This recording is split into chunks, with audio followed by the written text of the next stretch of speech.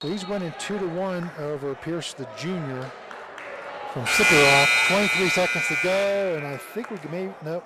I thought we had some injury time, but we do not. Got a little brace there on the left leg. It's from his thigh down to his ankle, so that's more than a little brace.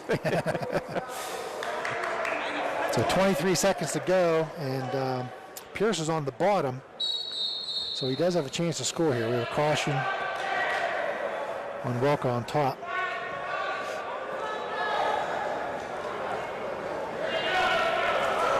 So I would imagine after this round we're going to take a little break. I would think so, yeah. They have to clean the mats again, and then we'll wrestle the Conci semifinals at that moment. Yeah. Pierce to his feet with 10 seconds to go. Star warning against Welker. He drops down to the leg. 5 seconds to go. He looks content to stay right there. 3, 2, no stalemate, and that's going to be the end of the match. Freshman Welker is going to hang on to beat Justin Pierce 2-1 in a close match. Well, Welker will face Hesselgesser if he's able to go. You know, I saw a little while ago, I saw Hesselgesser wandering past the training room over there, and he was limping pretty good on that ankle. And it looked like he had a brace on there as well, so maybe there's a pre-existing injury there that we didn't know about. Oh, he's right there. Yeah, he's got an ice wrap on that ankle. The outside of that.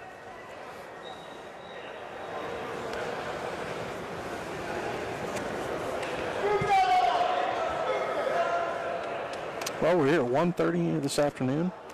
Everything started here at 9:30.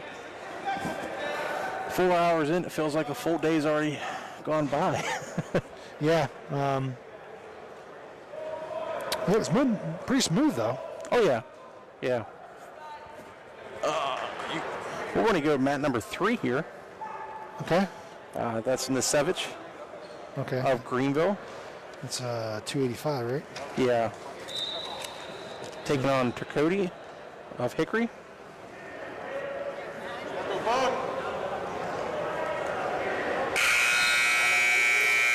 Both seniors.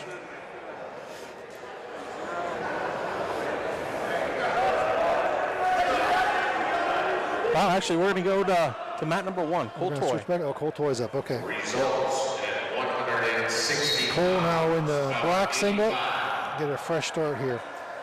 Yeah, he's going to be taking on Sharon's Aiden Buck, who was lost to Proctor by fall. Okay. 2 minutes and 30 Aiden's also a senior. Aiden Buck's a senior from Sharon.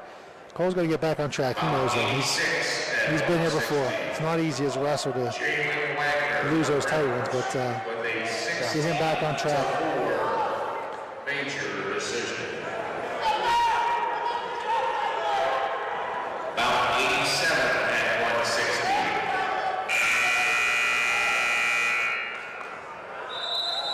Clayton Smith of Baltimore Perry with an 8-3 decision. Just a reminder, this first period is 1 minute. We're down to 18 seconds here, first period. So scoreless between Buck of Sharon and Toya Reynolds. Yeah, not a whole action. No shots on either side. Cole's trying to dig some underhooks there. I'm not sure what he's trying to draw him down to a front headlock. Now he's in on high crotch. Got 2 seconds. Nope. Slips out of that one. The first period's going to end 0-0. And looks like choice is going to go to Cole. We'll go down, or he'll go down. Yep. That's pretty typical. He's still, I tell you what, he's still favoring that right hand. There's no tape on it, but that quarterfinal match as well, he kept grabbing that right hand.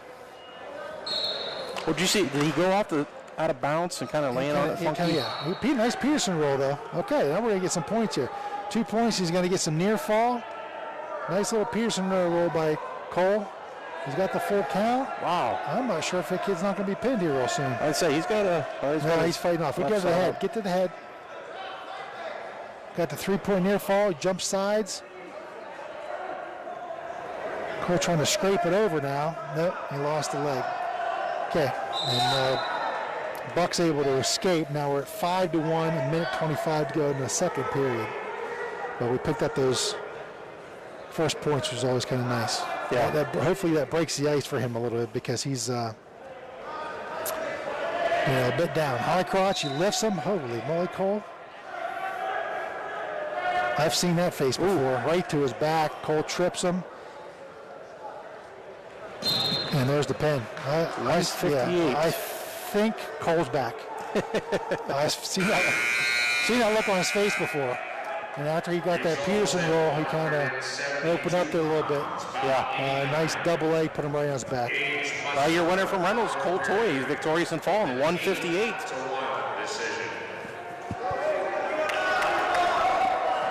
So he'll be taking on Nick Cadet of Union City, who lost to Krupinski 10-4. With an 8-0 decision. About 91 at 172. Tim Church of Fort Lamont with a 9-1. We're going to stay on mat number 1 over here. Bout number 104. And about 92 at 172. Josh Anderson. That's still 285. That's going to be Brooks from Sagertown. 3 minutes. And 3 seconds. Missouri from Sharon. Okay. It's kind of hard to tell. Porter Brooks is a 9th grader, wrestling 285 as a freshman, and I'm not sure he looks like he weighs 200 pounds. Yeah. Versus Missouri, because Missouri's only a 10th grader, but he's a bit bigger. Yeah, Porter Brooks coming here 6-3. Okay. Cole Karpinski of Greenville with a 10-4 decision.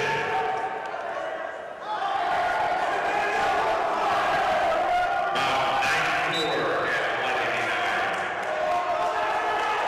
189. I'm just filling in up these constellations here, and just looking at some of these constellations, the name's incredible that, one more loss and they're going to be out of the tournament, Yes. which is crazy, but Yeah. that's how it goes in these 8-man bracket or 8-person brackets. That's what happens when you trim it down. Exactly. Happens every year, though. We got no score here on mat number 1 between Brooks and Missouri of Sharon. Brooks takes the bottom position. Well, I seen that Sevich of Greenville, he was victorious. Yeah, picked up a nice over fall over Hickory. here. Yeah. Was that a fall? Okay. Yes, he did. Picked up a fall over Hickory's Turcotte.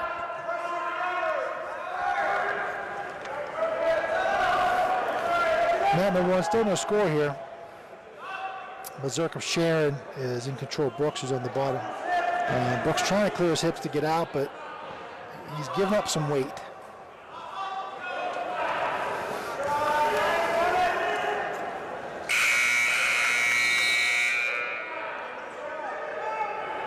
There used to be a time with the heavyweights where there was no weight limit.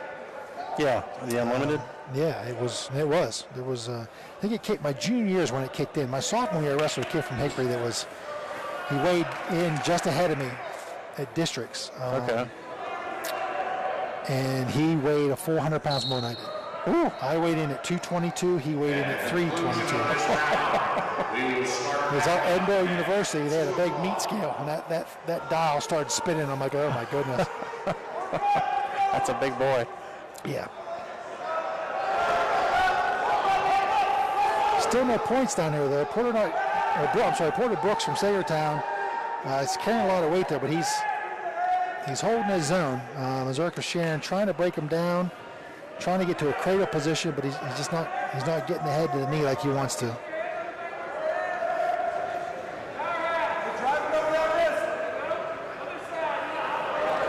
But Brooks not doing a whole lot from the bottom position. Now he tries to sit out, but Missouri puts him right back in. 10 seconds to go in that match. 10 seconds to go in that second period. Now we got a stall call. No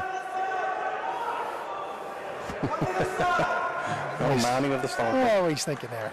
4 seconds to go. Heavyweights don't stall. I've been telling him that for years. We don't stall. We're planning. It's a plan. It's very decisive sometimes, and sometimes it's not. It's okay. Brooks is up. Doesn't get the escape. Time runs out. Third period, no score. Missouri is warned for stalling, and he's going to take the bottom position third period. There's no points yet, though.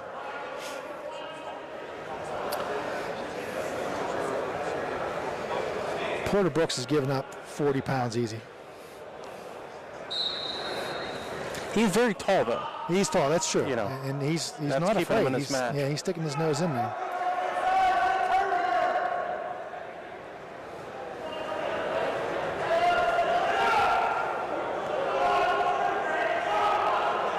They're trying to stand up, but Brooks is doing a nice job of riding here.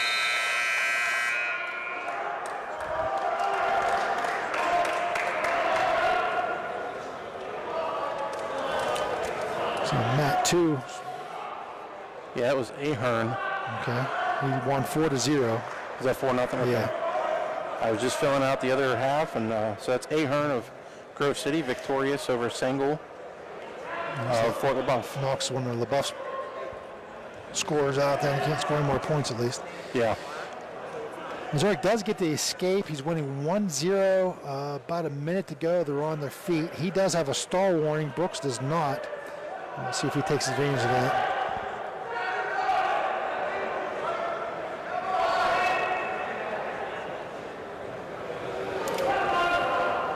It's the only match going on. Only match happening here.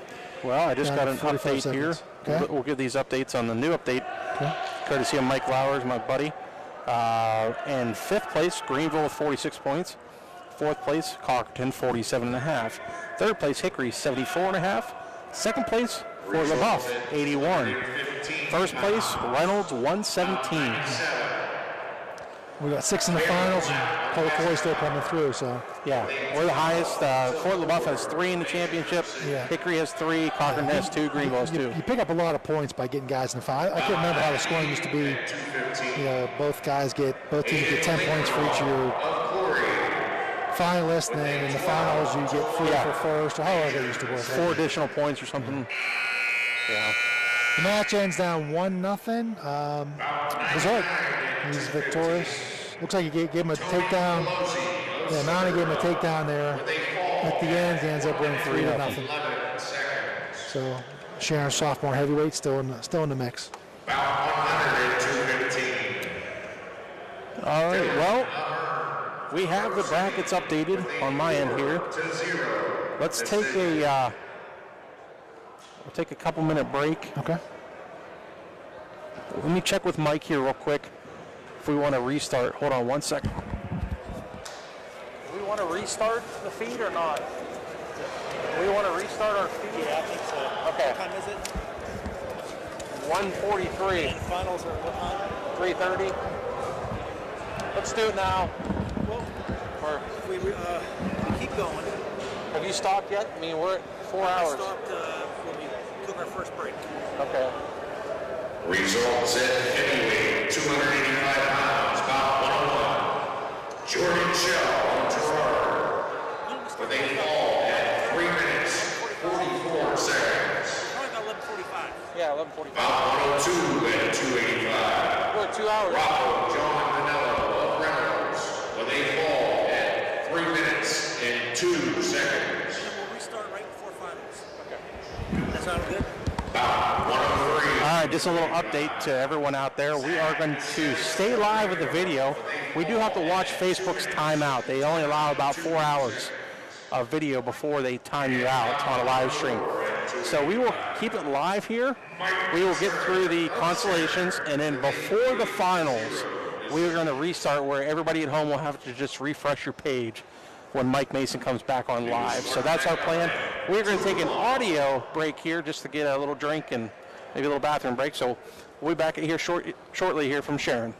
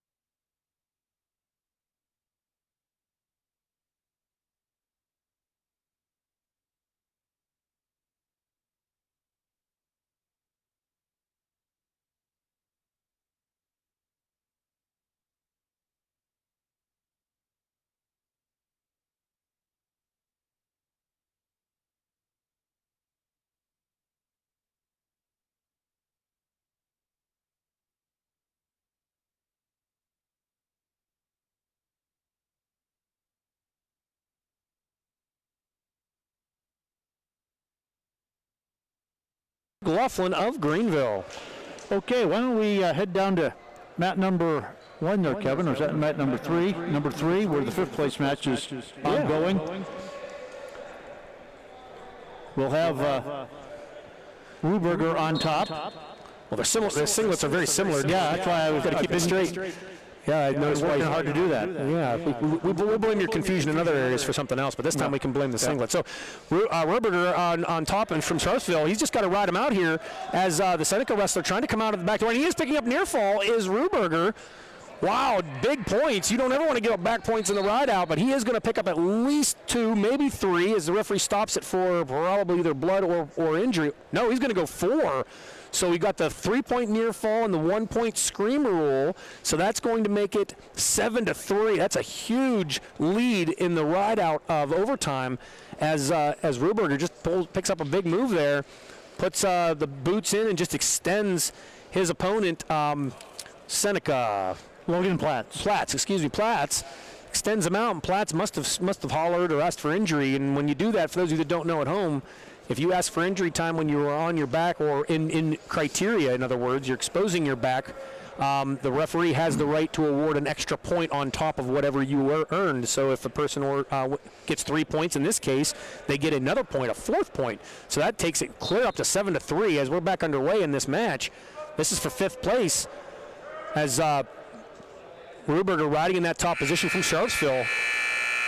And that period comes to an end. So we're going to go to the 30-second ride out for the other wrestler, which is going to be Ruberger's choice. He's going to take down. Leading, he just needs to be, use the cool cliche, just needs to be smart, not make a lot of mistakes. Just stay in good position, not extend himself out. Platts needs to try something big here as Ruberger now stands to his feet. Leading 7-3 in this ride out overtime.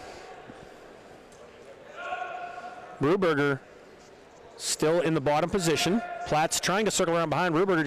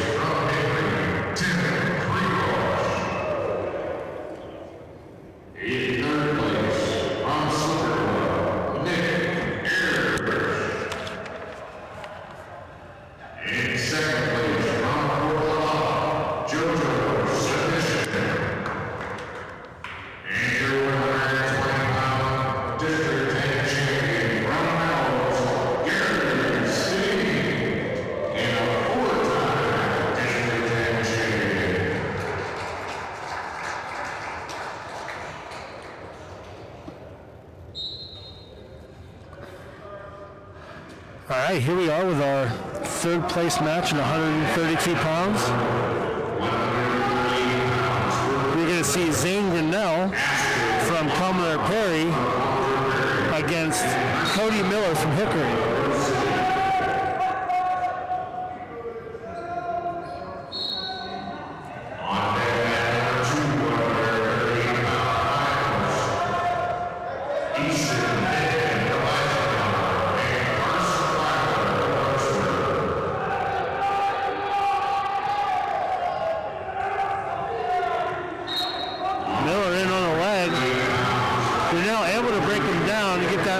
Takedown for a 2-0 lead.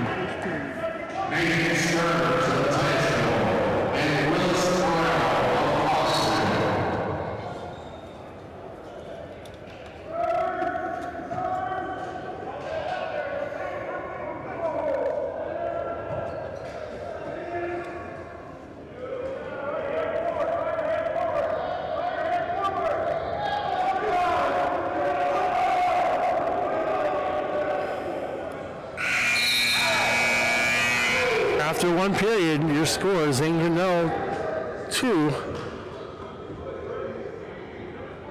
Miller from Hickory, nothing.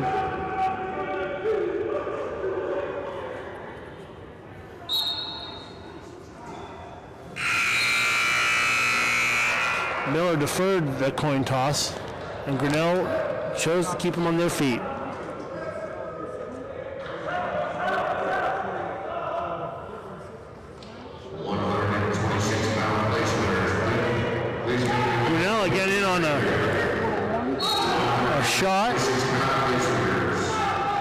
Both wrestlers in a funk position. Grinnell frees his leg, gives him for another 2. Making the score 4-0.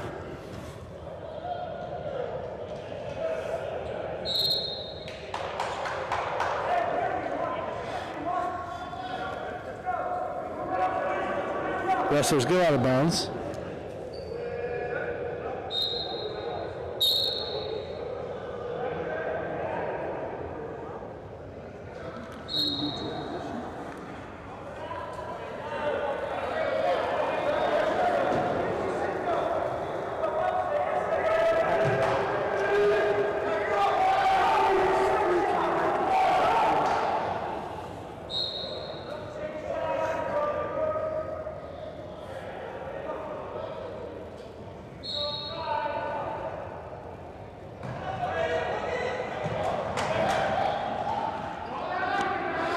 After one escape and another takedown, the score is 6-0 in favor of Grinnell.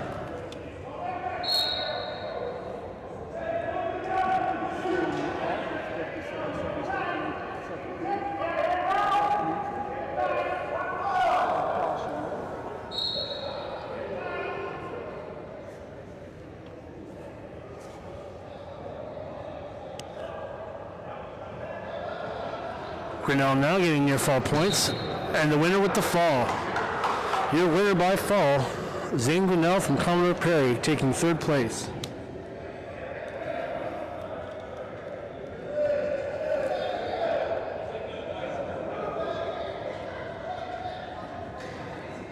The winner of your championship bout with a quick takedown to a pin was Connor Pierce from Harbor Creek over Kane Kettering of Reynolds.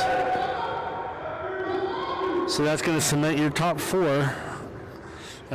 Pierce from Harbor Creek 1st, Kane Kettering 2nd, Zane Grinnell 3rd, and Cody Miller 4th.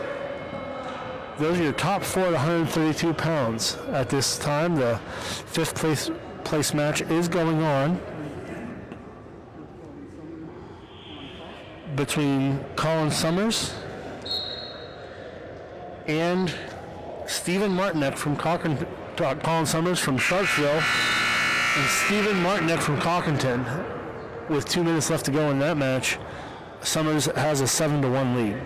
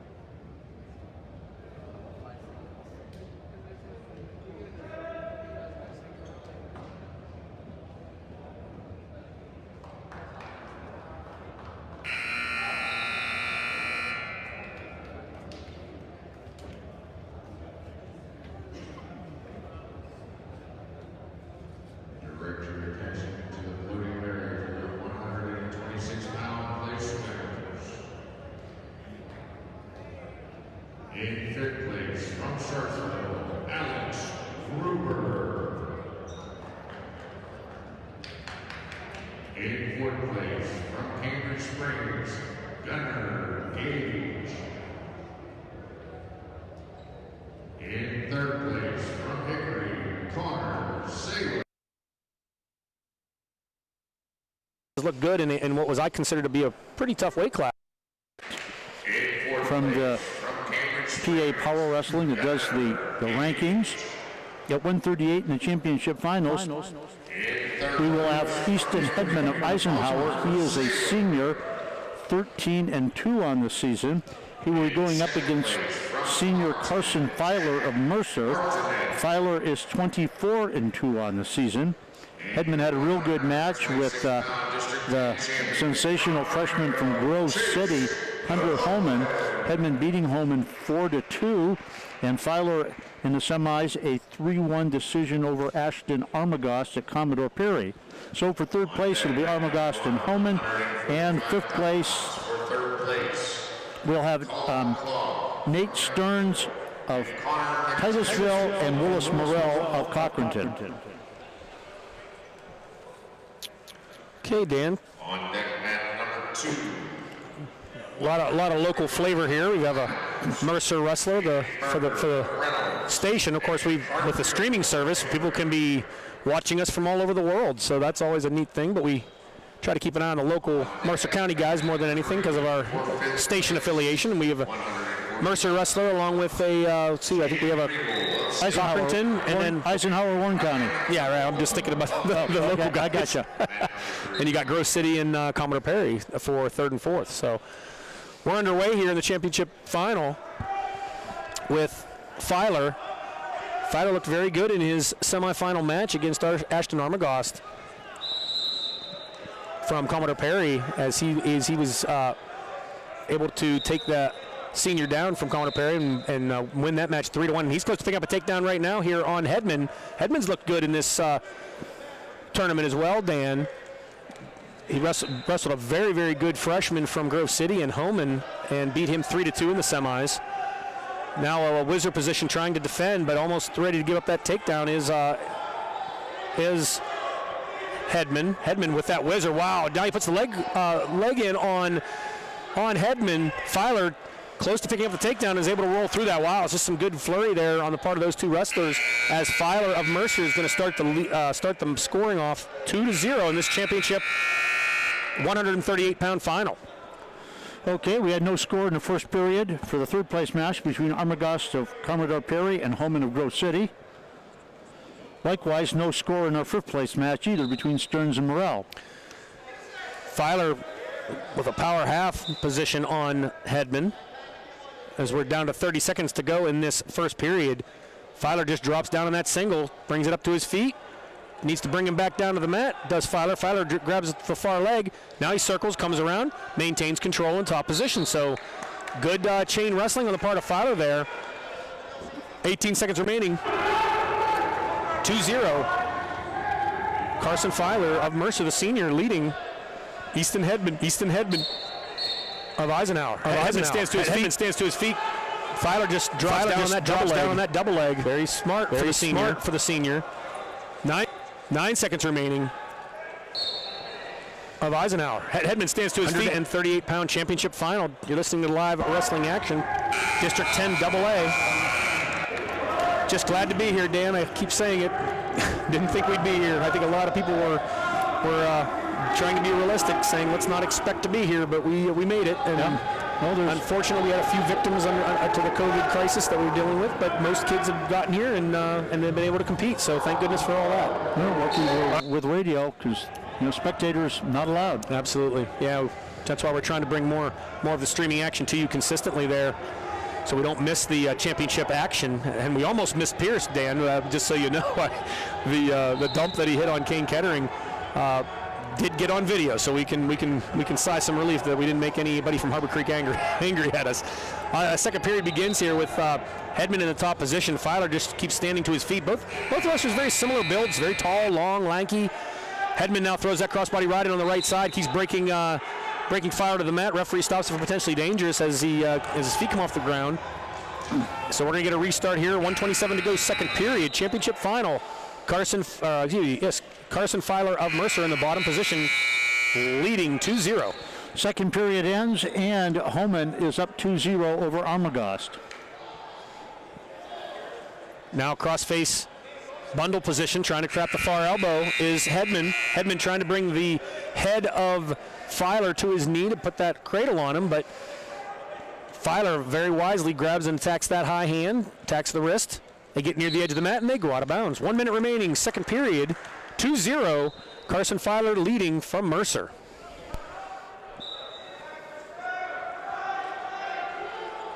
Fresh start, center of the mat. Filer gets set bottom. It looks like the Cochranton wrestler is trailing for 5th and 6 to the Titusville wrestler there, Dan. Now a nice Granby roll by Filer. Hedman stayed right with him. Nice defense on the part of Stedman. Nice flow wrestling there. As they get near the edge of the mat again, not a whole lot of change. They're going to go out of bounds. This just, in my opinion, favors Filer as he keeps getting those fresh starts in the center of the mat. Hedman needs to hold him down and keep him in bounds. Yeah, somewhat of a surprise down here. The freshman Stearns is up 3-1 over Morell of Cochranton.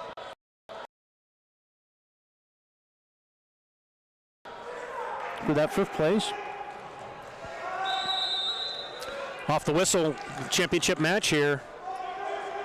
Filer in the bottom position of Mercer, leading 2-0, 30 seconds remaining, unable to score though. As Hedman's showing a lot of savvy here, riding in the top position. A few returns, a few drop downs by Hedman. Good top wrestling on the part of the Eisenhower wrestler. Holman maintains his 2-0 lead over Armagost. 58 seconds left to go in the match.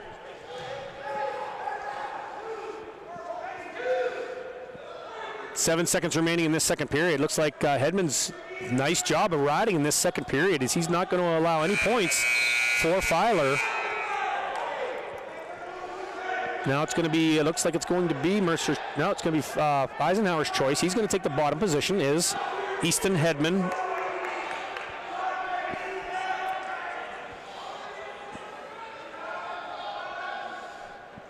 Off the whistle, Hedman limp arm, stands to his feet, tries to reach behind, now standing switch. Filer stays right with him. Now Filer has a reinforced bar locked up on Hedman, trying to pull him back and get him near fall. Not quite yet, referee is down looking, and he is picking up near fall as Filer. He's going to extend his lead here, at least by 3 points, as Hedman just gets his wrist caught in there, and oh boy, just a heartbreaker here for Hedman.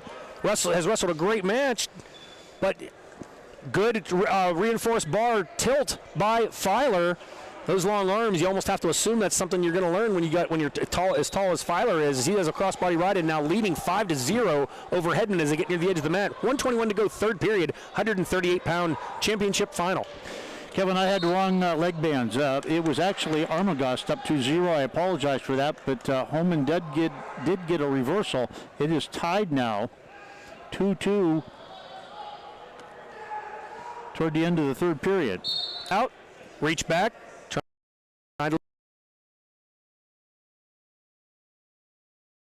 tries to turn the corner, and he is as close to picking up the 1 point escape is Hedman. 1 minute remaining. Hedman looking for that far elbow, trying to go almost to kind of like a far elbow dump position, or excuse me, a bundle position. But he's unable to do so as they're kind of broke out front. Now Filer able to just better his position, get back into that single leg. Now he's in a leg drape position on Hedman. Very good chain wrestling here on the part of Filer in this match. Nate Stearns from Titusville does win that match. I call that somewhat of an upset. Filer close to coming around and picking up a takedown as he's going to now extend his lead, or actually maintain control in the top position. 5-0. Looks like we have overtime here for third and fourth place, Dan.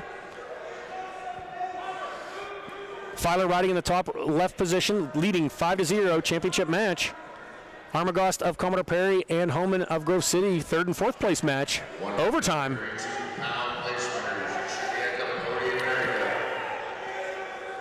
It's hard to watch both these matches, Dan, as Holman or Hedman stands to his feet. 3 seconds remaining. Your winner at 138 pounds is going to be Carson Filer by a 5-0 score.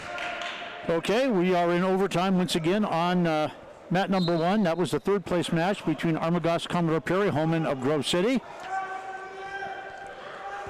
No. Armagost tries a little a leg attack there, tried to go around, and then he tried to jump out of bounds. Luckily, the official did not agree. Not sure what you can really argue here, but there really isn't a winning argument there, quite honestly, because if you're looking like you're going out of bounds, the referee actually could blow the whistle ahead of time, just anticipating a potential injury or whatever, because Armagost was extending, almost hitting the wall, but not sure what the referees are going to do. I've never seen a call get overturned though, Dan, to be honest with you, after a coach argues. unless it's a now a shot by Holman. He's close to coming around behind on Armagost, trying to limp arm. Armagost elevates up now. He's going to have to try to bring his arm out as they're kind of hip to hip as he has the egg, and he's going to pick up the takedown is Holman. So Grove City is going to win this match in overtime, 4-2. What an exciting match there for third and fourth place. Okay, let's take another commercial break. Get in a few words from our sponsors. You are listening to Postseason High School Wrestling right here on WGRP 940 AM, 92.7 FM, and also on WMVL Cool 101.7. We will return shortly.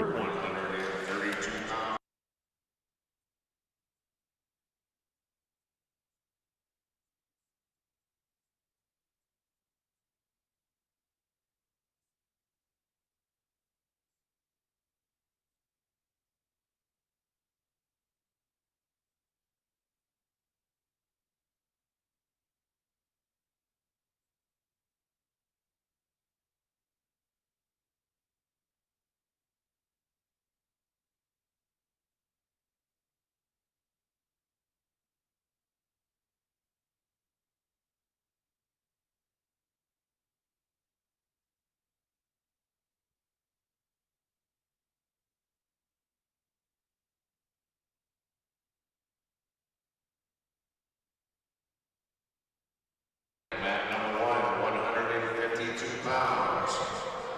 Colin Hearn of Claudia. And Seth Evans. Okay, we are back. I'm Dan Albaugh along with Kevin Drew. 145-pound weight class in the championship finals. Two highly ranked wrestlers. Caden Berger, he is a senior from Reynolds. He's ranked number 3 in the state. And his opponent, Carter Gill, the junior from Hickory, is number 4. Gill right to a funk roll off the shot of Berger. They're now in that ankle-to-ankle funk roll position. Referee's going to stop for a stalemate. So good shot by Berger, good defense by Gill. Okay, and in the third place match, we have Colin Clow. He is a senior from Youngsville. He is wrestling freshman Connor McChesney of Fort LaBeouf. Lane Thomas of Union City. So we have started this 145-pound championship final, Berger and Gill. And our fifth place match is Jaden Regal of Sagertown and Ryan Opolka of Lakeview. Berger now with a shin whizzer off the leg attack of Gill. Gill trying to come up on the head and look for that cradle. Gill needs to just drop down and go for those singles. He doesn't need a cradle here by Caden Berger's way too savvy to give that up. And Gill does very wisely, raises up, tries to get to his feet, but he does lose the lock. So good defense on the part of Caden Berger as he's going to now, they're still 0-0 here with 1 minute remaining. Good wrestling action here between these two highly ranked wrestlers.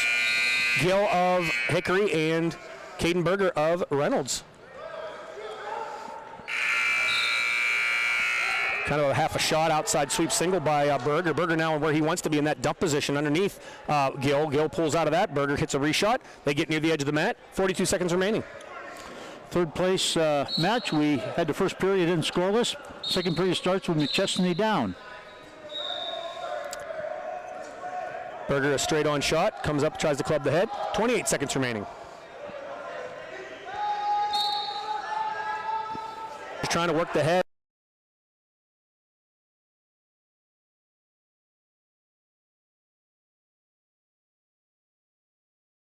Of Gill.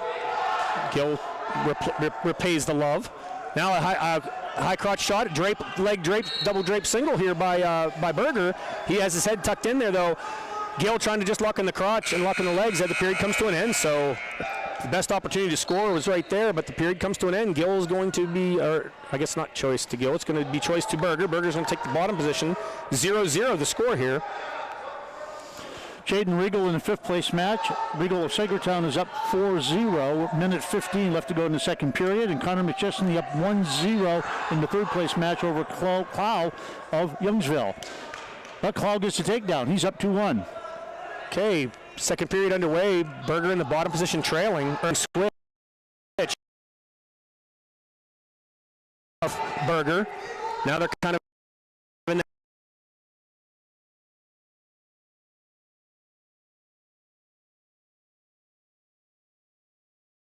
now Gill raises up.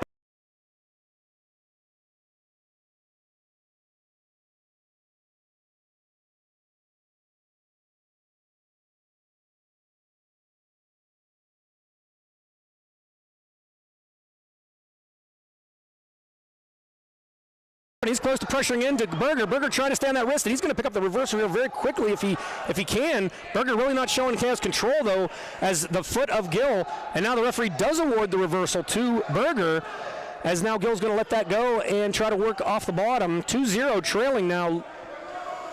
Carter Gill of Hickory trailing Caden Berger of Reynolds in the top position, 2-0.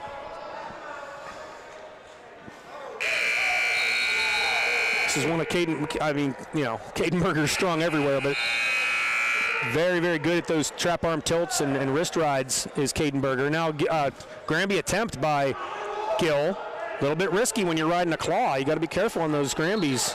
Claw rides can be the downfall of a good Granby roller. So Caden Berger lets go of that claw, comes out, runs a half on the near side, on the right side of Carter Gill.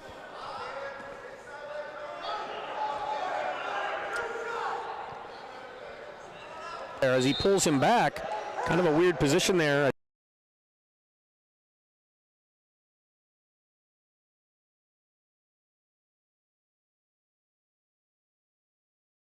As Berger tries to roll him backwards, 8 seconds remaining. Caden Berger leading in this match. To start the third period, he's up 3-1 with 1:35 left to go.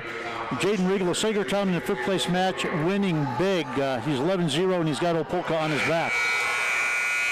So championship match is going to come to an end here in the second period as Gill's going to take the neutral position, trailing 2-0. Gave up a reversal there to Berger. Third period begins. Carter Gill of Hickory. Now outside shot by Berger. Carter Gill looking for that little go behind, little butt drag. He has the leg attack on Berger. Berger trying to get the corner on Gill. Gill needs to get his head underneath that knee. Berger now locking in the crotch, close to spinning around behind. Gill just kind of hanging on to that ankle. Really not giving a takedown yet, but there now he tries to put it under, put his head underneath, but unable to do so. Referee still saying no control. 1:30 to go here. Not a whole lot of change. Regal does win the fifth place match. The referee stops it for stalemate. So Carter Gill still trailing 2-0 over to Caden Berger of Reynolds. 145-pound championship final, District 10 AA action. 1:19 remaining in this third period. Now a straight on shot by Berger. Gill just blocking that away. Down blocking, looking to spin behind, going to a front headlock. Berger now into that sucker drag position. Gill able to clear out of that. They go back neutral. 1 minute remaining. Lots of action in this match. Not a lot of points, but two good wrestlers going out of here. A lot of good setup, a lot of good hand fighting.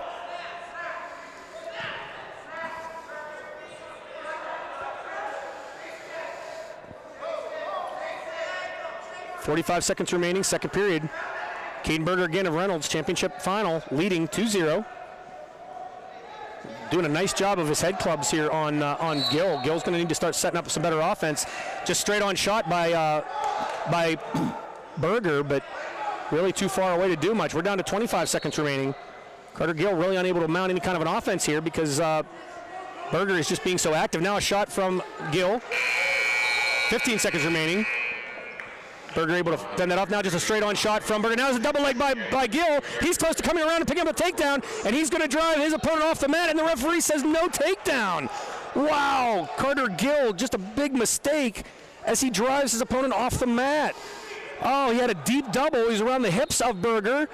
Had it all pulled in, had the arms locked, had the hands locked, and he's going to lose this match. because he didn't know where the out of bounds was. Wow, what a heartbreaker. Your winner at 145 pounds is going to be Caden Berger of Reynolds. Okay, and that's second district title for Berger. We did have a final at third place. Clow of Youngsville does win 3-1 over McChesney, and we had Regal over Opelka to complete our 145-pound bracket. 152. This could be a good one. We have Brock Cavell of Titusville. He is just a sophomore, and he is 13-4 on the season. He will be wrestling senior Jack Rimpa from Fort LaBeouf. Rimpa is 13-2 on the season. Rimpa ranked number 13 in the state by PA Power Wrestling. Rimpa had a big win over state-ranked Colin Hearn of Pontiac in the semifinals, beating Hearn by a score of 7-4. Cavell a fall over Clay Thomas of Union City in the semis. Cavell is not ranked.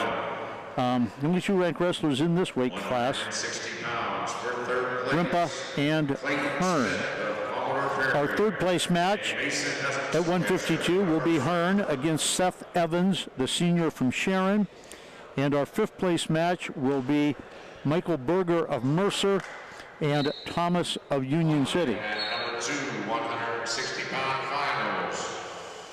Okay, we're underway. Once again, Brock Cavell of Titusville, Jack Rimpa of Fort LaBeouf.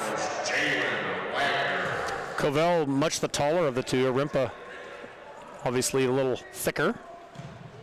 Probably giving up, boy, I guess 4 or 5 inches, I would think, on on his opponent here is Rimpa. 30 seconds gone by in this championship match. Rimpa and Cavell. Welcome of Fort LaBeouf. Rimpa looked very good in his semifinal match today. Looked very solid as he took on Colin Hearn who would have been my pick in that match, but Rimpa looked very good as he hit some nice double legs. Rimpa close to picking up the takedown in this match, but they go out of bounds. 1:10 to go here for now. Just a low ankle attack by Cavell. Now on the leg drape, he's got the double drapes hanging over the back of Cavell. Referee's going to stop it for a stalemate. 1 minute remaining, first period. 152-pound final.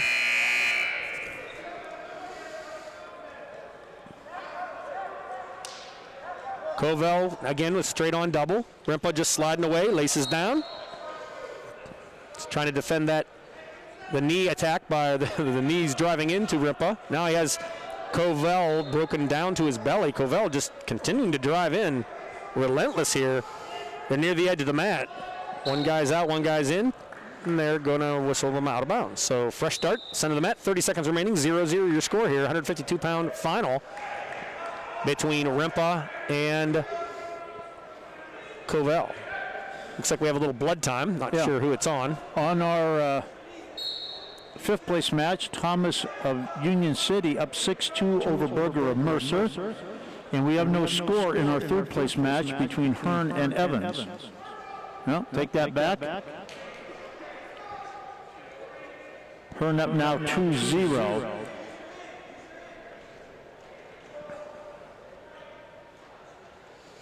We have more action coming for you next weekend as we continue our postseason coverage here on WGRP and Cool 101.7.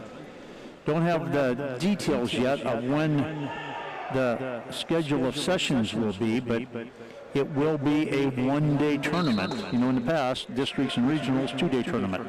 Not the case this year. Back in the way, Rimpa now with that straight-on last double that we talked about earlier, and he's close to finishing this on Cavell, as he is able to step over and lace that leg and pick up the 2-point takedown. So a nice off the break there.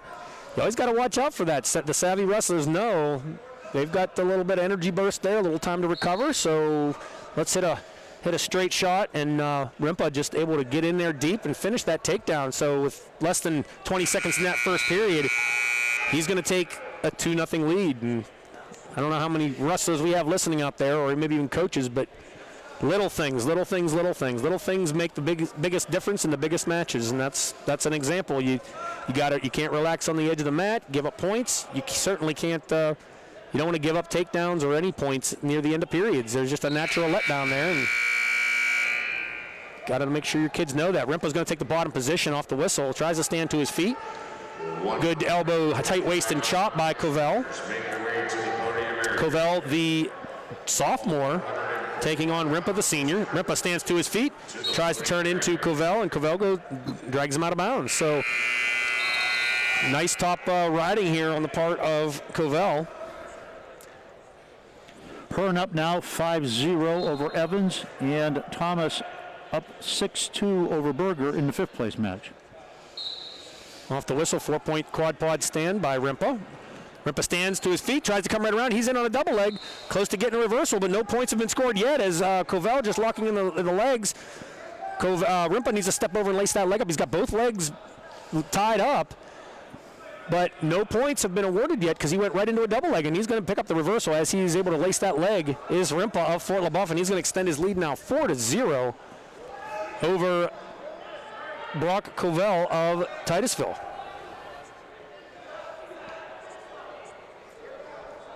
Rimpa riding in the top right position. Inside wrist, 2-on-1.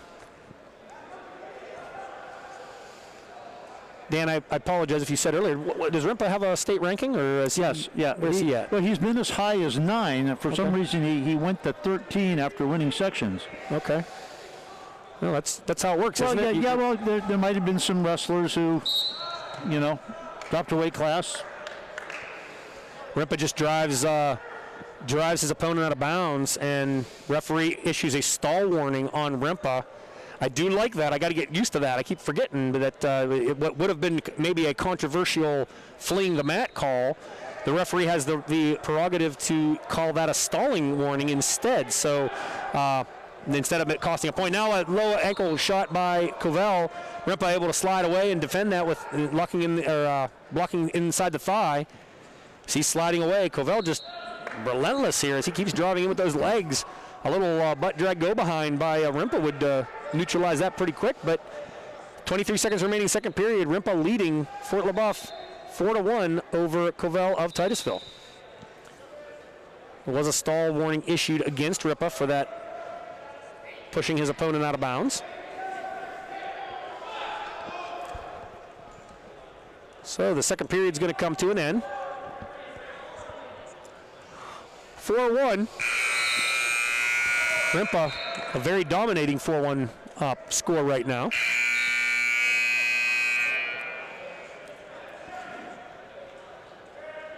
Hearn does win the 3rd place match. Evans of Sharon takes 4th. Close match here over on to end the 5th and 6th place match, it looks like, for Union City picking up the win over Mercer, it looks like, Dan. Right. Clay Thomas, a 6-4 decision. He will advance. Berger does not. Berger is a junior. He'll be back. Referee is going to call in the championship match. He's going to call Rimpa for a locked hands call. Kind of a weird deal there. Eric Mount, the lead official, he kept looking at the coaches from LaBeouf 2 or 3 times with the hand. Glad to be bringing this to you. It's been a long road, I think, even though it's been a short season. Short season, long road, I think, would be a good phrase to put on a T-shirt, Dan, for this wrestling year.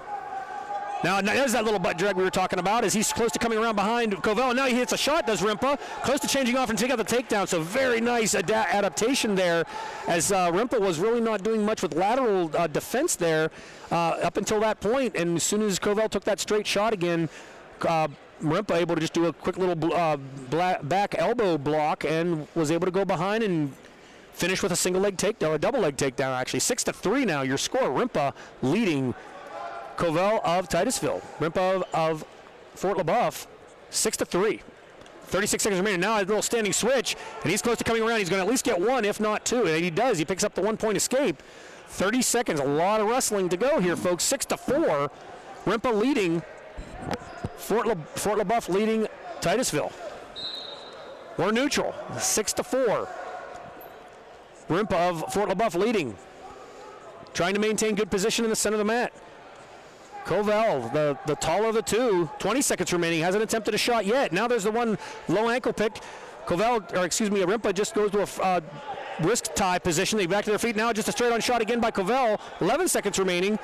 Covell really needs to put more offense together here, as we're down to 6 seconds as they're near the edge of the mat. So a lot of things working against Covell here.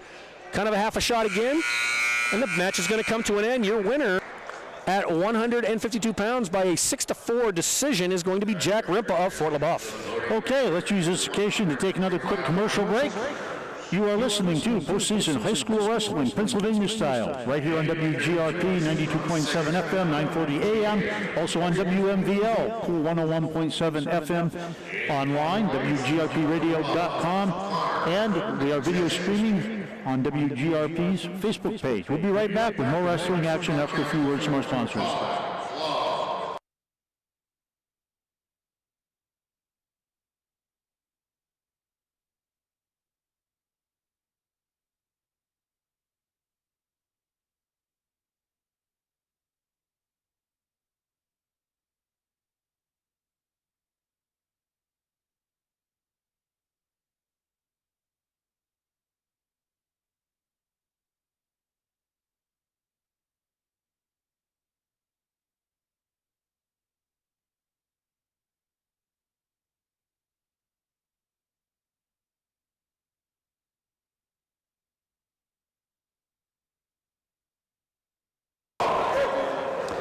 Hawkinson, a junior, who's 13-7 on the season.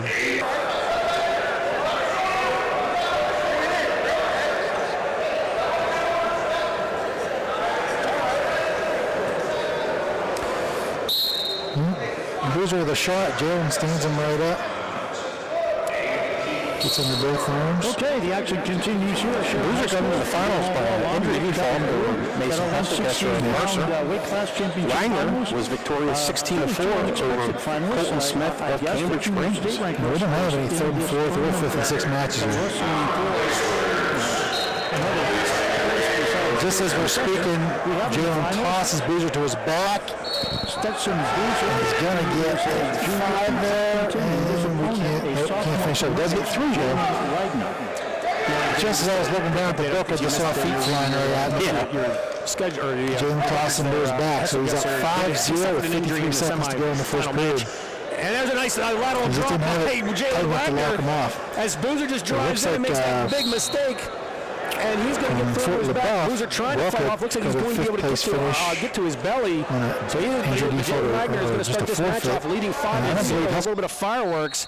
Boy, just a bad idea. You don't want to drive into Jalen. He will throw you through the gym, and he did a beautiful throw right there. But anyways, as I calm down, Dan, Hesselgesser did suffer an ankle injury, and he did injury default out as the third place. So Clayton Smith is going to place third in this weight class. And it appears the same thing happened at fifth place. Colton Smith of Cambridge Springs, who was state ranked, has defaulted, and Ryan Welka, the freshman from Fort LaBeouf, will advance to the regional tournament next weekend. That's a big deal considering you don't qualify. Now Jalen Wagner picking up, it looks like some more near fall as he's got Boozer in a little bit. Now Boozer trying to turn into Wagner. Jalen Wagner, I know Jalen pretty well. He's not afraid to take chances, but he also can kind of put himself into some weird situations. So this match, even though it's 7-0 in favor of Wagner right now, I would say it's far from over.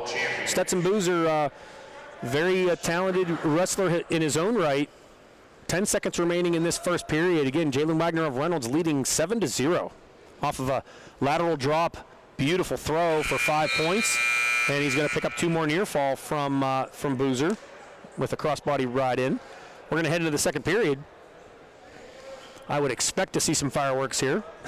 Boozer knows the match is no longer necessarily just a decision. He's going to need some big moves. He's going to take the bottom position. Wagner lines up top right. Off the whistle. Wagner just rides with that claw on the left side of Boozer. Boozer now stands to his feet, peels it off. Wagner lifts him up, drives him out of bounds. So no points there. Boozer gets to his feet. Wagner able to lift him up off the mat, bring him back down to the mat. They go out of bounds. 1:48 to go, second period. Claw ride again on the left side of Boozer. by Jalen Wagner. Now Wagner tries to throw that leg, and this time Boozer hips down and catches the foot. But it requires Boozer to kind of drop his hip down, so he's a little bit of trouble there. Let's go with that leg. Now it slides into place for Wagner as he now goes almost to like a figure 4 on the leg. And power half, and now Boozer tries to turn into Wagner. Again, Wagner tries to catch the head of Wagner, and now he has the ankle, does Boozer. Boozer trying to pressure into Wagner and trying to catch Wagner into some trouble, and he's going to catch Wagner down in bad position. He's caught Wagner on his back. Wagner is able to roll through, very savvy on the part of the sophomore. He knew he was in trouble. Better to give up that 2. Wrestler in his own right. Up a lot more points 10 than seconds that. Remaining. Boozer now in the top position. Trailing 7-2. Boozer now in the top position. 57 seconds remaining. Trailing 7-2. Stetson Boozer 57 seconds remaining in Wagner 7-2. Stetson Boozer under and trailing Jalen Wagner 7-2 championship final. 100 and jelly roll by District 10 championship final. Wagner, and he's going to catch Boozer on his jelly back. Roll by boy, we've seen this before. He's very close to the fall. He's on his back, and there it is. Boy, we've seen this before. He's very close to the fall. Is Wagner, and I was hoping that match would go a longer time because there was so much excitement there, Dan. But I was hoping that match would go a champion at 100 because there was so much excitement there, Dan. But nonetheless, your champion at 160 pounds is going to be Jalen Wagner from Reynolds. Milk Day. We will be heading to the 172-pound weight class. We will be heading to the 172-pound weight class. State-ranked wrestlers, where we have Gage Musser once again, 2 state-ranked wrestlers, 20 and 1 on Gage Musser of Commodore. He is ranked very high in the state. On the according to PA Power Wrestling, he is number 4, and he will be going up against the junior Landon Caldwell of Sagertown. Caldwell is 14-1 on the season and has moved up in the rankings. He is currently ranked number 12. Yeah. Gage, kind of an odd deal there. Definitely some good challengers in this weight class. Usually, when you're a returning 4th place medalist, you typically you don't end up ranked 4th the next season. Usually, you move up a little bit. But Gage Musser has some pretty tough kids in his weight class. I think, including the Southern Columbia returning state champ Gage Garcia, if I'm not mistaken. Right, Dan? Right. Yep. I think he's one of those guys in that group. You can probably take a guess where he does have a loss this year. So you can be beat. Okay, let's look at our other matches. 3rd place at 172, we have Tim Church of Fort LaBeouf. He is a senior. He's going up against Josh Anderson, also a senior from Conneaut. And then for our 5th place match, we have Abraham Keep, the sophomore from Girard. He will be wrestling Dylan Gorley, who is a senior for Corey. Once again, a very, very tough weight class. This is another weight class that's at stake. In 2nd place from Titusville. It's a stacked weight class. And in 1st place, your 152-pound District 10 champion from Fort LaBeouf. Church avenged a loss to Abraham Keep last week at the section tournament, beating Church in the quarterfinal or the semifinals of the consolation. Musser and Caldwell, I'm not sure if they have wrestled in the past. But we are ready to commence action. Right here, Matt, number 2 with Gage Musser, the number 4 working on Landon Caldwell, number 12 in the state, Sagertown. Caldwell now 15-1 on the season. Musser right now 21 on the season. Very similar to Gage is pretty tall. This is probably one of the first times I've seen a wrestler of his weight class, maybe a little taller than Gage. Very long. I'm not sure if there was an error, but I remember when they announced the champions, in the championship, they said Caldwell was undefeated. That's what they said. 14-15. Yeah, the brackets. Yeah, they did say he was undefeated. Musser with that outside shot, nice far high crotch. Able to turn the corner. He's down early 2-0 here. Didn't exactly work, but he was able to get the corner so fast. Caldwell had kicked his leg so far back, unable to recover from it. Gage was able to just use his lateral speed. And he's in position to. His other matches is more power. He goes all 6 minutes there. He does, but he's had a lot of first period pins this season, or I should say, a couple matches I've seen at sections last week. I blinked and it was over. He did have a 146 fall first match against Church. With Gorley on top 2-1. Musser just riding in the top right position. Gage very aggressive on top. I know firsthand, very large hands. Gage Musser very good at wrist control, very good at riding, very active on top. Matter of fact, I think in the semifinal match against Gorley was called for stalling in the first period twice. You got to be doing at the district level. You've got to be doing something right, or your opponent has to be doing something really wrong to get called for stalling twice in the first period. And I think a lot of that credit goes to Gage as they go out of bounds. 25 seconds remaining. Gage Musser riding 2-0, leading this match. But that was just kind of an interesting phenomenon. You don't see that very often. Musser just goes gut and ankle, drives his opponent to the mat. Landon Caldwell of Sagertown, the junior.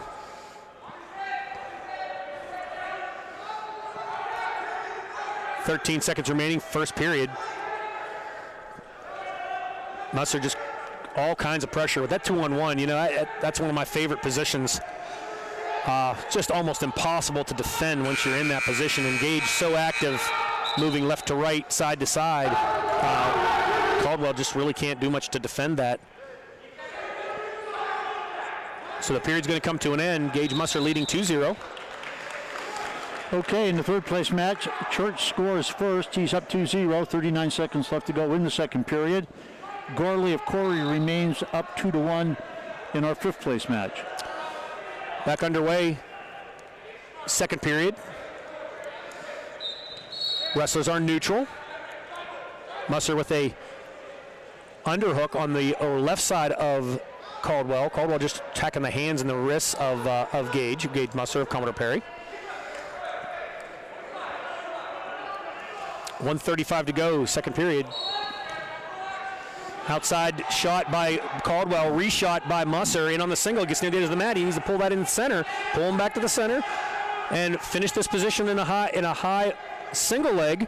Is Musser trying to trip the leg back, catches the far angle, not quite able to finish. Is nice defense by the part of Caldwell. For one. If I'm Musser, I'm Making the score 1-0 in favor of Josh Anderson. So nice defense on the part of Caldwell. This is something, you know, these are the kinds of flurries that a lot of these wrestlers need to see, because they don't get a chance to travel much season and get a lot of different competition. A lot of these wrestlers, as most of you all know, some good defense is a great thing really for all these. So seeing some good defense is a great thing really for all these guys. But Gage Musser just going with that 2-on-1 and runs his opponent out of bounds. 2-0 still the score. Gage Musser leading, second period, 54 seconds remaining. Third place match, Tim Church up 2-1. We begin the third period with Anderson on the bottom. Still 2-1. Gorley of Corey over Keep of Girard in the third period. Gorley on top. Both wrestlers still center of the mat. 36 seconds remaining. Still 2-0.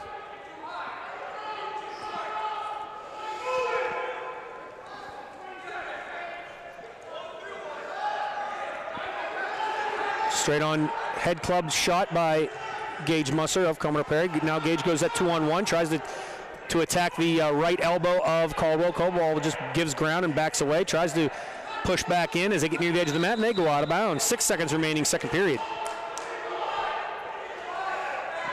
Still neutral. And the period's going to come to an end, so it's like Caldwell, I'm assuming, took neutral, so Musser's going to take the bottom position. Church continues to ride Anderson in the third period, 50 seconds left to go. We have a 2-2 match now in fifth place between Keep of Girard, Gorley of Corey. Musser's in a neutral position. Sorry, Dan, there. Musser now stands to his feet, able to cut away for the one-point escape, so now he extends his lead 3-0. Both wrestlers neutral. Musser again with that 2-on-1 tie-up, Russian tie, as some people like to call it. Now he goes to a hook on that right side of Caldwell. Gage with his left hand, left elbow. They get near the edge of the mat, 1:30 to go. Gage just a lot of pressure in on now, an outside shot as he shoots the left leg of Caldwell. Caldwell warned for stalling, 3-0. Gage Musser of Commodore Perry leading. Wow.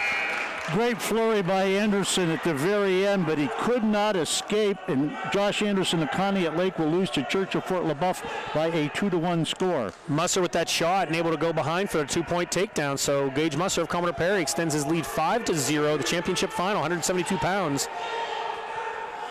Gage Musser of Commodore Perry riding in the right side. Looks like there's close to a fall on the other mat there, Dan. Oh, what was? I guess he decided he didn't want to get pinned quite yet. Yeah, Keep picks up 3 back points. And Keep will be the winner. He will advance with a 7-2 decision. Gorley takes 6. I don't think I heard the whistle there, but the referee is going to award the escape to Caldwell. Kind of a weird exchange there a little bit. 5-1 your score. Gage Musser of Commodore Perry leading Landon Caldwell of Sacredtown, the junior.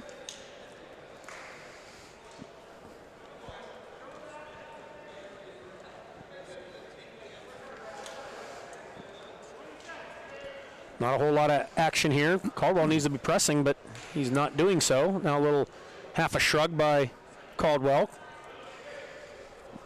Gage has seen that before. Not surprised. 6 seconds remaining.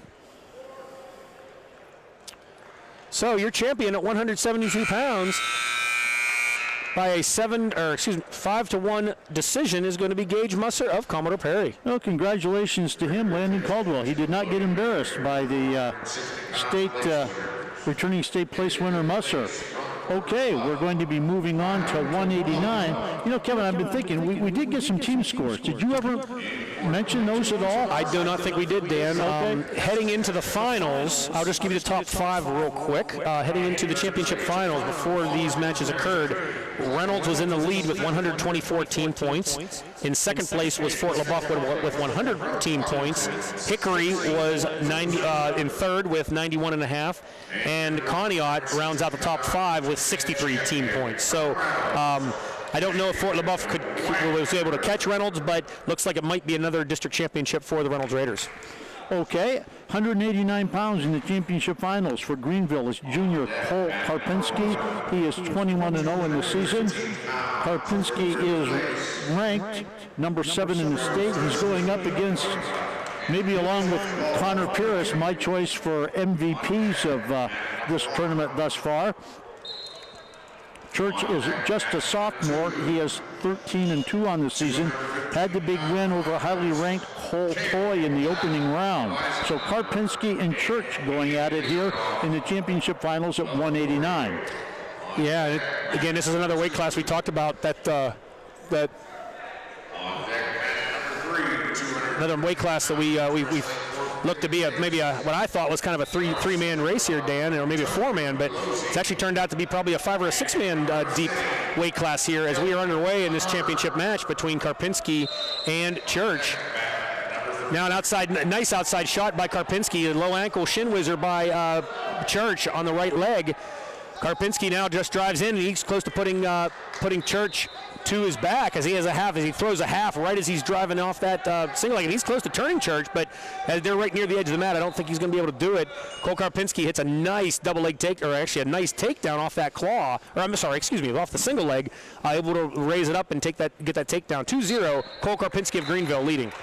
Okay, in our third place match, we have Cole Toy of Reynolds wrestling Caden Herman of Harbor Creek. Fifth place match is Sean Proctor of Corey and Nick Cadet of Union City. Off the whistle, Karpinski riding the top right position.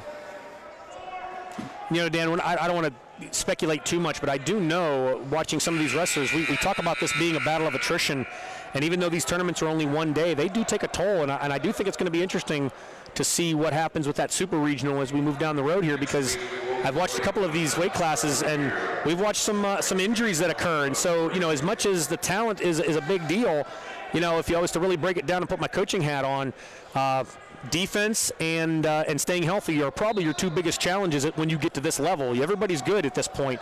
Now it's just a matter of trying to stay healthy, obviously staying mentally focused, and avoiding injuries, and then also, obviously technique-wise, your defense. So we've seen a lot of that here today, even with that last match with Gage Musser and his opponent, Caldwell.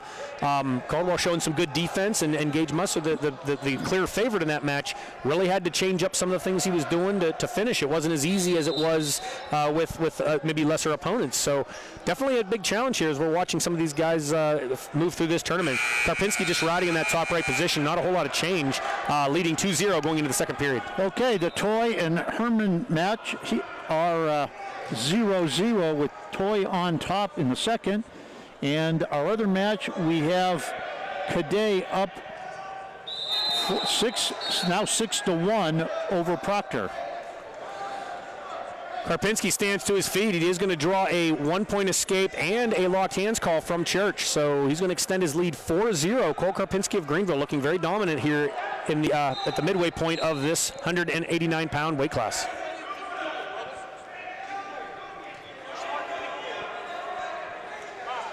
Both wrestlers still neutral here. We get near the edge of the mat. Karpinski with that nice overhead shrug that he likes to use. Now an outside shot again, but not quite committing to it. Is Church able to defend this and gets it into a front headlock position, or more of a dump position actually underneath for Karpinski. Karpinski leading 4-0. Toy has got Herman in big trouble, close to the fall.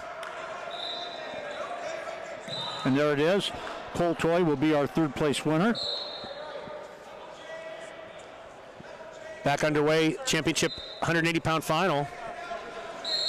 Karpinski of Greenville and Church of Fort LaBeouf. And Dan, you mentioned it earlier that probably the upset, maybe the upset of this tournament was definitely Church's first round defeat of Cole Toy, returning state medalist from Reynolds. And that's kind of what led me to talking about, staying focused, injuries, all these things can play into, and I think Cole would probably be the first to tell you, Toy probably didn't have his best tournament, but theoretically there's potentially two more weeks of this kind of battling before we determine who's actually going to be the state qualifiers for this weight class. Outside shot again by Karpinski. Very nice technique by Cole Karpinski. Now stands up to a single leg here, brings Church to his backside and picks up a 2-point takedown. So very nice dominating performance. And for what I told you, Dan, I thought that 89 had a 2 or 3 person race.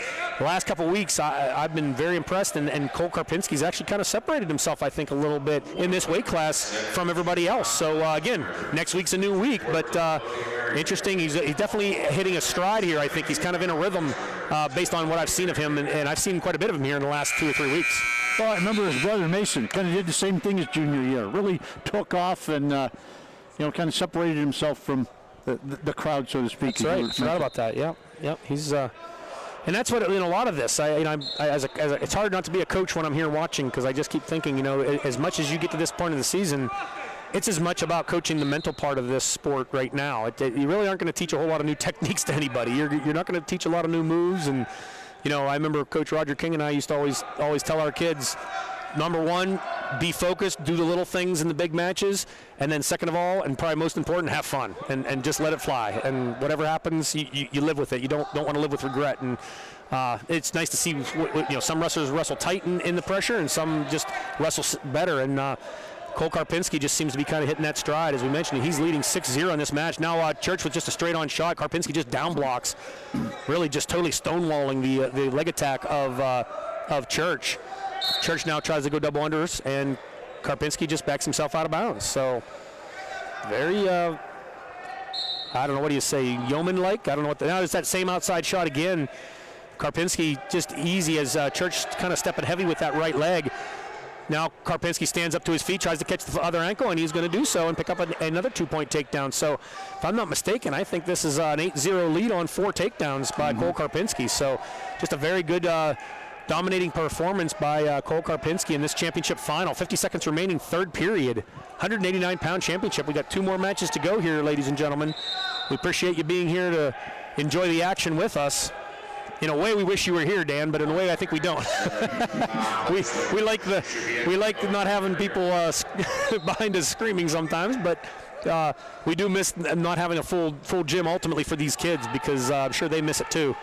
that energy and the crowd in the room is always something you wish you could have for these events. But like I said in the beginning, we're glad to be here and just glad that these kids are most importantly able to be here. So thank goodness for that. And I know there's a lot of, especially senior parents, I'll give them kind of a shout out that if there was a chance that may not happen. And sure enough, we saw it. So thank goodness for all that. And credit goes to the officials and all the people that have put this on to try to take as many steps as they can. And your champion at 189 pounds, Cole Karpinski of Greenville, by a major decision, 8-0. Yeah, very dominant, especially, like I said, on his feet.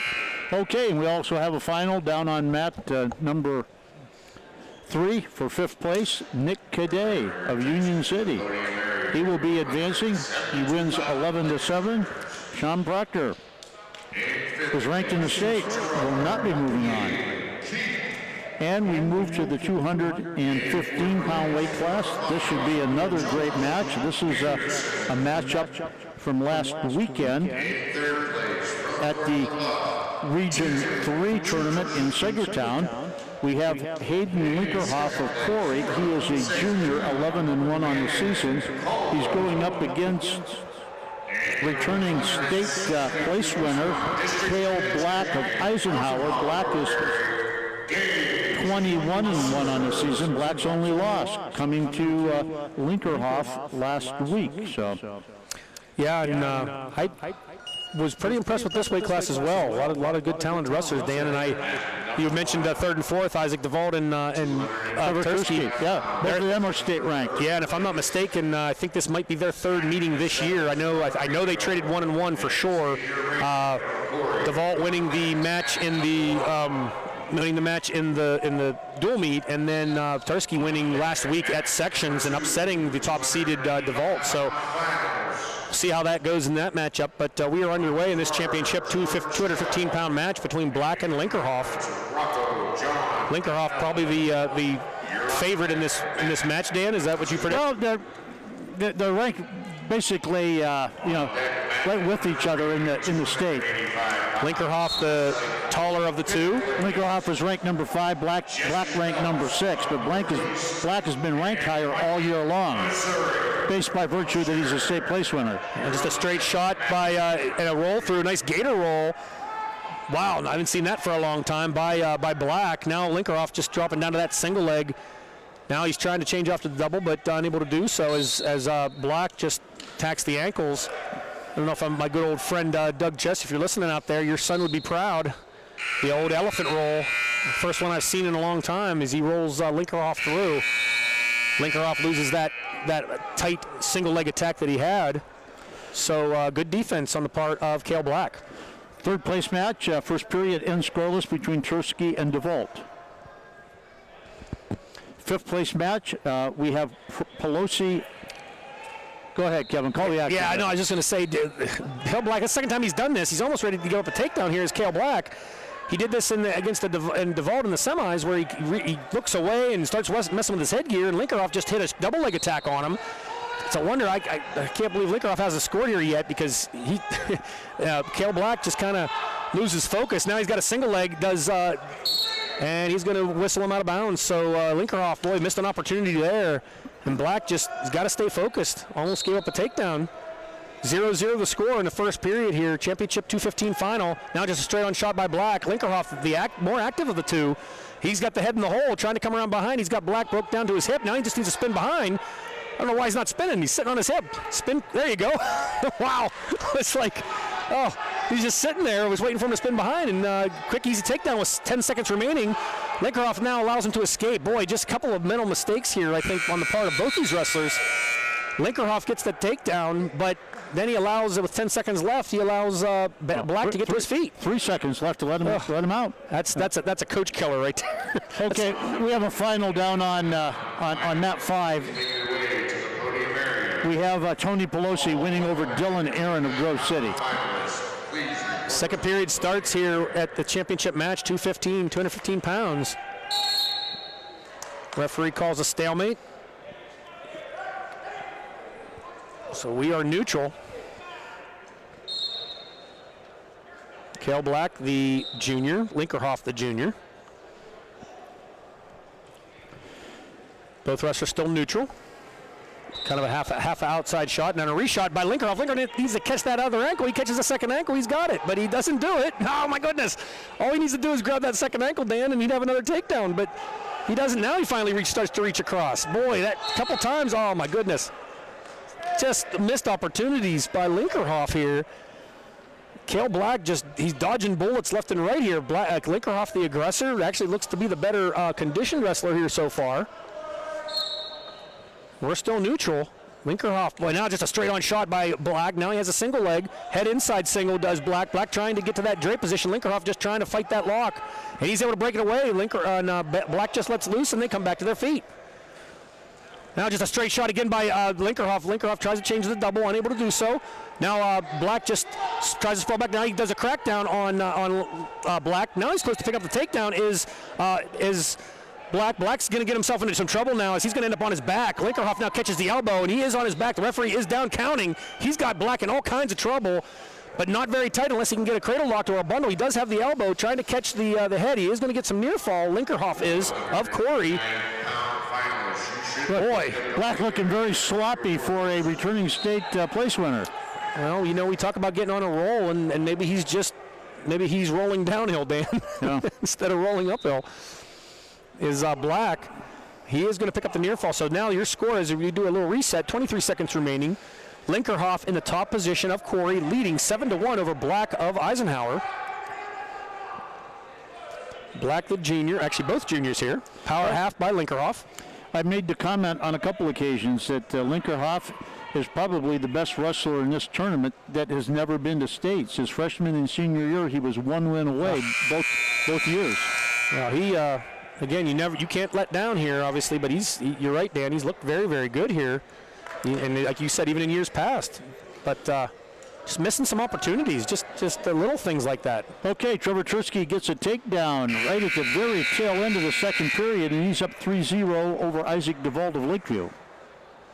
Cale Black gets set in the bottom position, trailing now 7-1. Linkerhoff now just, again, I hate using that expression, be smart, but he just needs to be stay in good position, fundamentals. Cale Black is going to break away for the 1-point escape. Linkerhoff didn't make him work real hard for that. 7-2 the score. Now just a no ankle pick by Linkerhoff, but he just seems to stop. There's just a lot of things he could do here, especially with a 215-pound weight class. If you can hit a good shot like Linkerhoff can, you can get guys in a lot. Now he just comes right through, close to catching Black on his back, but Black able to, again, Linkerhoff just not circling around behind. Linkerhoff shoots again on the ankle. Now Cale Black trying to do a little spinneroonie around, trying to attack the ankles of Linkerhoff. Linkerhoff needs to hang on to that foot. If he loses that foot, Black's going to get a takedown. Linkerhoff trying to hang on. Black trying to come around, but unable to do so. The referee says stalemate. So good defense on the part of Linkerhoff, but my goodness, he just needs to keep moving when he takes those shots. A lot of times it's just a matter of either driving through or circling. But points, a lot of missed points here. 1 minute remaining. Now just a straight shot by Black. Both wrestlers, a lot of outside shooting here.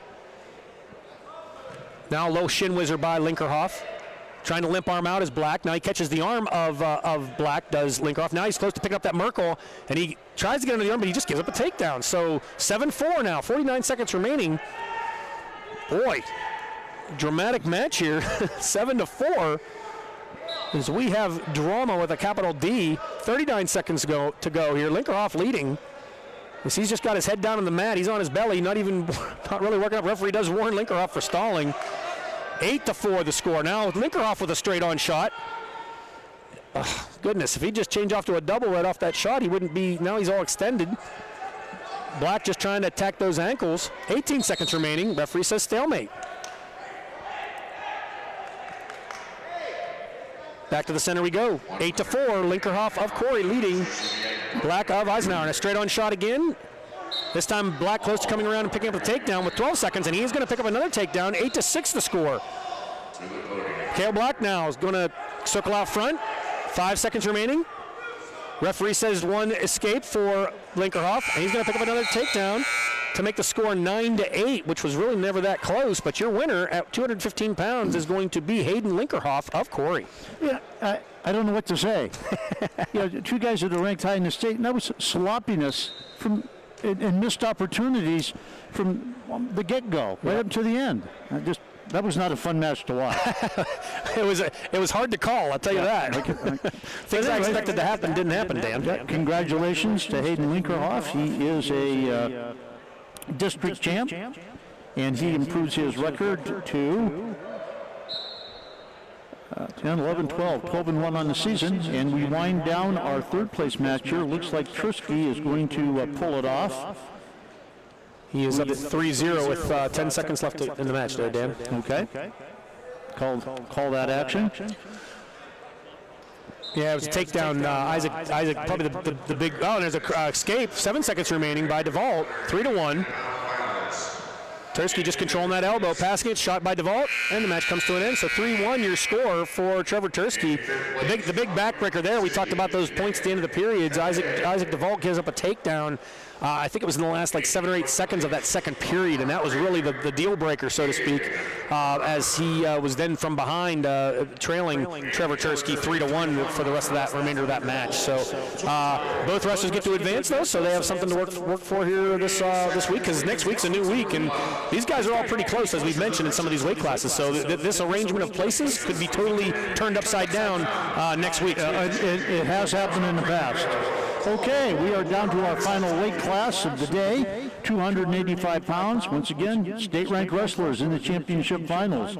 We have Jordan Shell of Girard. He is a senior. He is undefeated, 11-0. He is ranked by PA Power Wrestling number 3 in the state. His opponent from Reynolds, also a senior, with a season record of 20-1, is Guy Rocco John Danello. He is also ranked in the state. Danello is number 11. Two big guys, Kevin.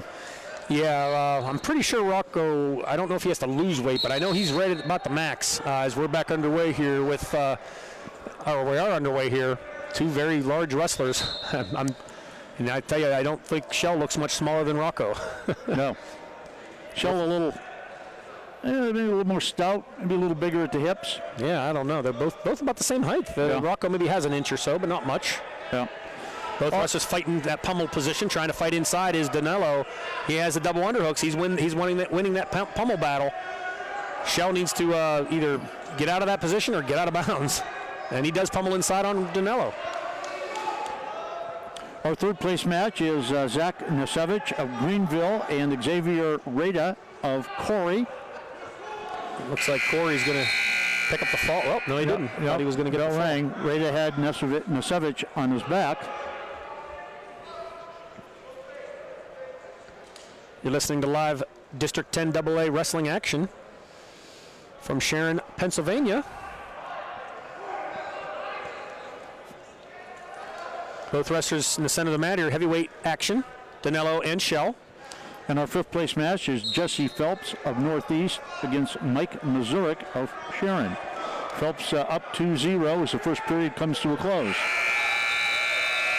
35 seconds remaining first period, this championship match. Two seniors, Shell and Danello.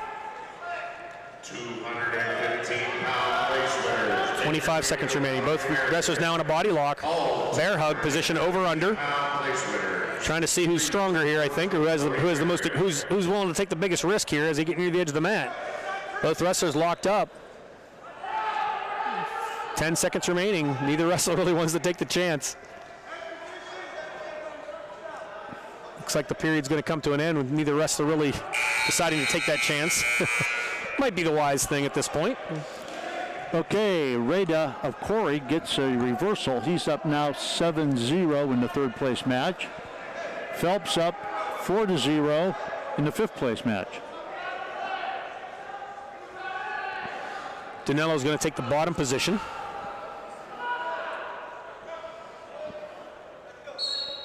Off the whistle, quick stand, wow. Very quick to his feet, Guy Rocco John Danello, the law firm. And a stall warning on Shell and the 1 point. So the double whammy there is Shell gives up the escape and the stall warning. Those stall warnings are very precious in the heavyweight division. Maybe sometimes more than. Now just a bear hug locked by Shell, and he throws Danilo, and he gets him down to the mat, and the referee is going to award the takedown. But the feet were in bounds. Wow, I thought they were getting near the coaches there. I'm surprised he didn't whistle that before that, but he did let it ride. 2 point takedown off that bear hug by Shell. Wow, nice body lock. But Danilo, fortunately, out of bounds there, so no back points, no near fall. So we have looks like a little bit of blood time here as we take a breather in this second period. Shell of Girard leading Guy Rocco John Danilo of Reynolds. Okay, in our third place match, second period ends. Rada of Corey up 7-0. Phelps is winning 4-1 in the fifth place match. So Shell comes back to the center of the mat.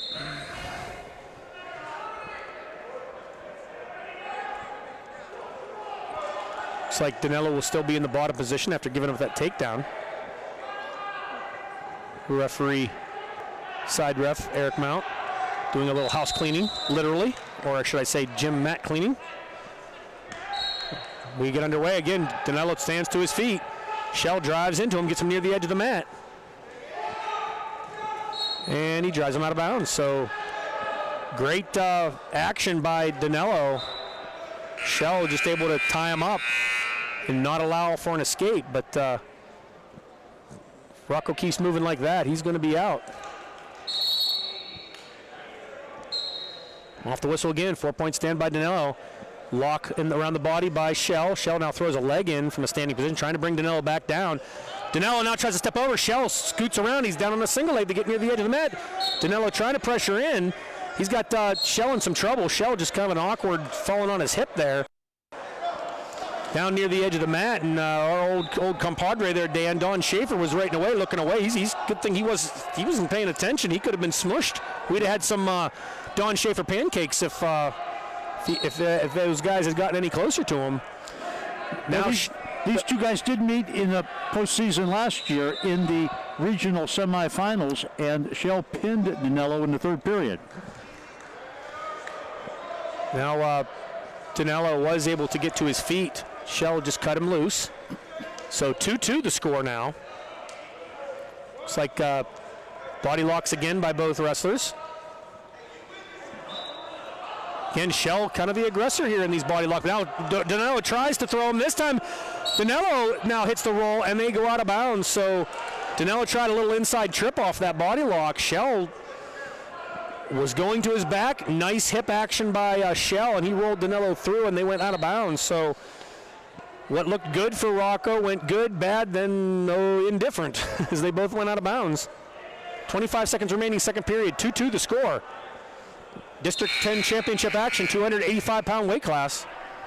This might be actually the 287-pound weight class, Dan. If all you wrestling people out there might know what I mean by that. You get a 2-pound growth allowance in every weight class after Christmas. And typically with heavyweights, you don't really need that extra 2 pounds, but these guys very easily might be looking at that 287. Period comes to an end. We're going to head to the third period, tied up 2-2. Xavier Rada of Corey is our winner at 285, third place. He wins by major decision, 9-1. Phelps is still winning his match for fifth place, but the score's been narrowed a little bit. It is 4-3, and we've got blood timeout on Mazurik of Sharon. Okay, and back underway, third period. Shell maintaining a base. Danilo trying to go with that chop and break him down, and now he goes to a gut and ankle. Now he goes claw. Shell looking for that jelly roll. Traps the elbow of Danilo. Danilo done a nice job of getting to the side quickly in that position.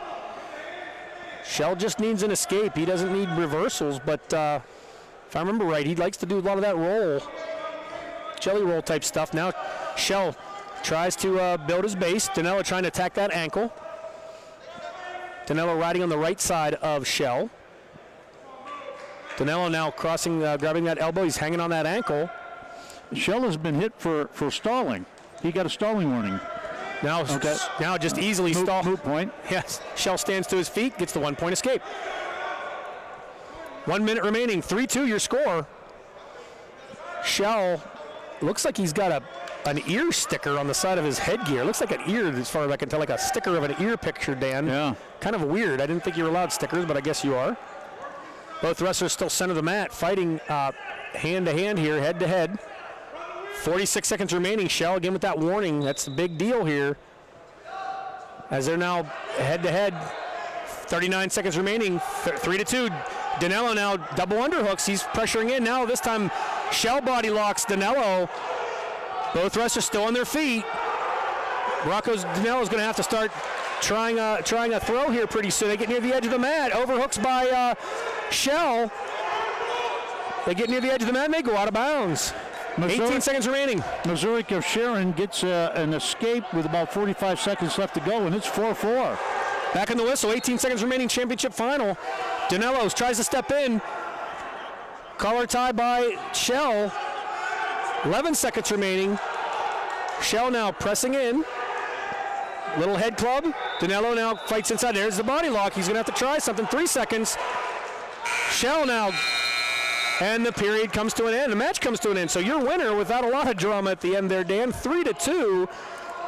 Jordan Shell of Girard wins the 285-pound championship. And Shell is a 2-time district champion. Okay, let's go down to the action here. We're going to go into overtime between Phelps of Northeast and Missouri of Sharon. 4-4. Okay. Both wrestlers looking a little gassed. I don't want to describe what I'd be feeling like right now, Dan, if it was me out there. We have, this is for all the marbles to advance. So now a shot by the Northeast wrestler. Picking that leg up, trying to finish. 47 seconds, he tries to limp arm out and lets it free. So Phelps against Missouri. Head-to-head, center of the mat.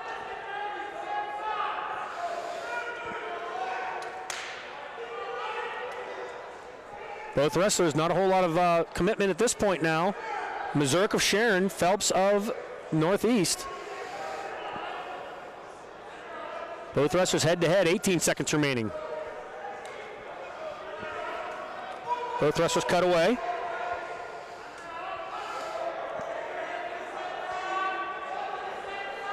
Kind of a half a headlock by Phelps. Pretty dangerous body lock, double underhooks by Missouri. Missouri of Sharon, 4-4 in the overtime.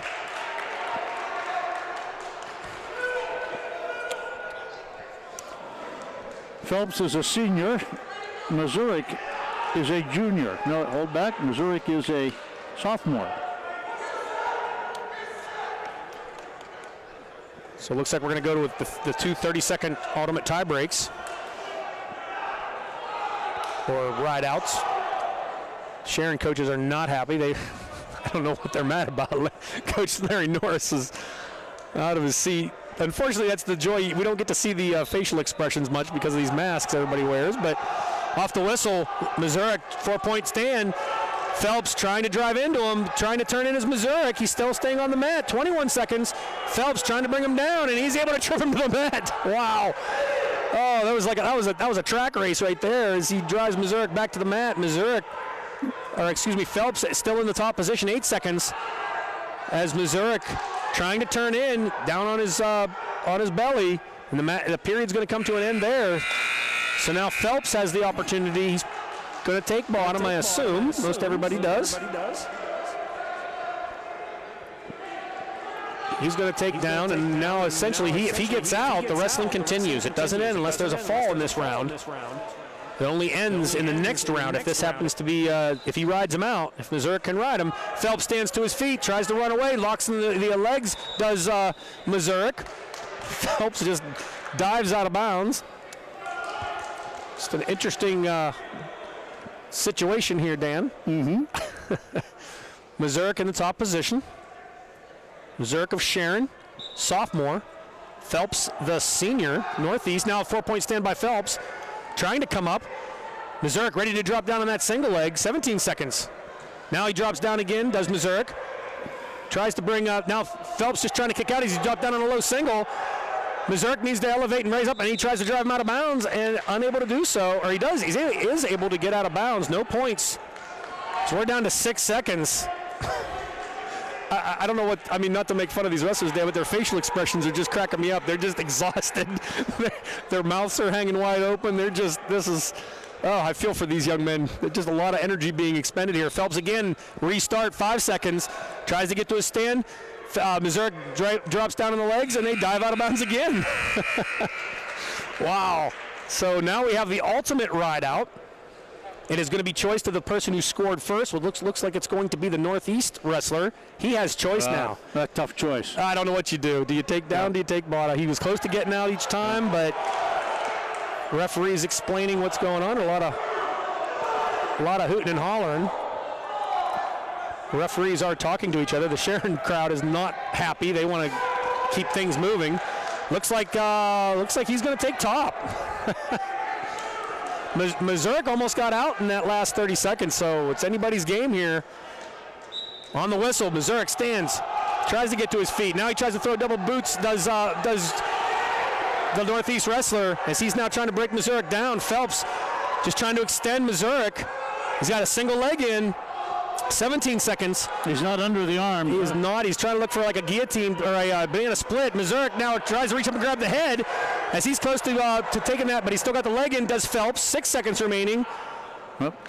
Boy, so your winner for fifth place is going to be Jesse Phelps of Northeast. Wow. Overtime right out. Okay.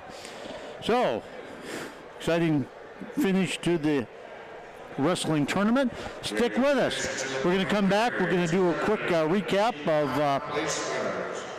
of the matches and who will be wrestling next weekend, and make that quick. And then we'll also talk a little bit about what we got planned for next weekend. Stay with us. You are listening to High School Wrestling on WGRP 940 AM, 92.7 FM, also on Cool 101.7 FM. And we will be right back.